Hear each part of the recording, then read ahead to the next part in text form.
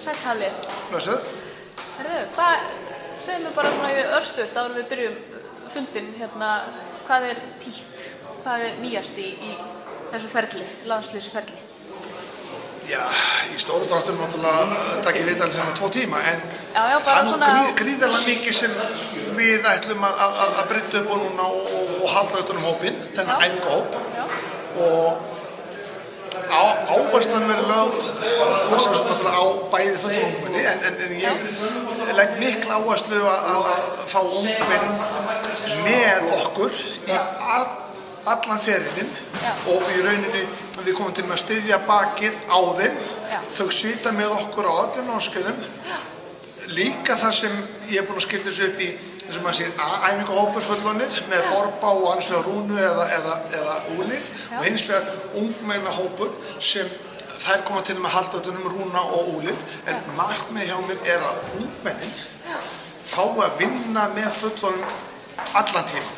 Sita námskeiðið sem þau náttúrulega koma ekki til að ríða á, en sita á þau með foreldrum, með aðstandendum og þau séu allan tíma með okkur. Það er í rauninni markmið mitt gagnvart ungmennunum að þetta sé ekki tvískipt, annars vegar ungmenni hins vegar fullorðnir og svo einhverjir kynbóta knapar.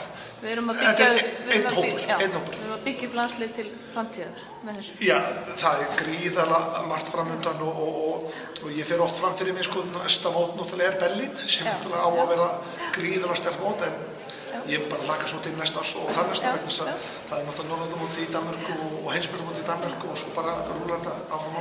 Og hvað með knapana? Margir að melda sig? Mikil stemning í knöpum? Mikil metnaður? Já, vonandi. Við sjáum það hvað kemur á fundinn og í rauninni er þetta fyrsti fundinn og fyrstu meldingar vegna sem hér er náttúrulega öll dagskrá sett fram og kynnt og öll námskeið og þjálfaranir og hvernig ég ætla að bera mig að eða við fram að úrtöku og eftir úrtöku sjálfsögðu náttúrulega þá er komin landsliðshópur, þar að segja í gegnum lykinn og svo náttúrulega þar er ég sjálfsögðu að velja vonandi sem fæsta til þess að búa til þessa heildinni og þá sjáum við til með framhaldið hvort það verður sömu þjálfarar eða aðrir þjálfarar og svo náttúrulega verður hópurinn á orðið minni heldur þessi stóri æfingahópur og það verður náttúrulega æfingabúðir og ýmislegt sett upp. Það verður allan undirbúningun á að byrja núna og hann fer fram að úrtöku, svo verður náttúrulega hver að halda utan sjálfan sig á úrtökun sjálfri og eftir það er það komið lið og þá fylgjum við eftir sem við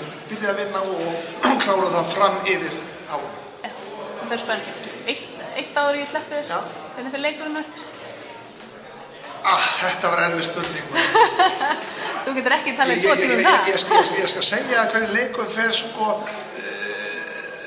staðreyndinlega séð, þó ég hafa aðra áskikju, því miður, þá vinna Daninni kannski með 2-3 mörkum, en við segjum aldrei að segja aldrei og ég hef svo óbúslega trú á íslenska landsliðinu að ég held að við vinnum bara leikinn með 1 marki.